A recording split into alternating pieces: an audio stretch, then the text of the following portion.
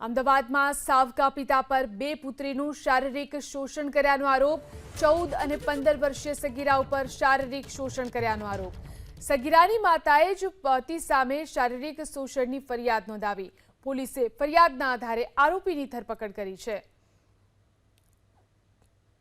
ફરિયાદીના પ્રથમ લગ્નથી એમને બે પુત્રીઓ હતી, જેમની ઉંમર આશરે 15 વર્ષ અને 14 વર્ષની છે અને એ બે દીકરીઓના સાવકા પિતા એટલે ફરિયાદીએ જે બીજા લગ્ન કર્યા એ બીજા લગ્નના પતિ એ ભોગ બનનારના સાવકા પિતાએ ભોગ બનનાર વિરુદ્ધ જાતીય હુમલો કર્યો છે, જેને અંતર્ગત ગાયકવાડ હવેલી પોલીસ સ્ટેશનમાં ગુનો દાખલ કરવામાં આવ્યો છે।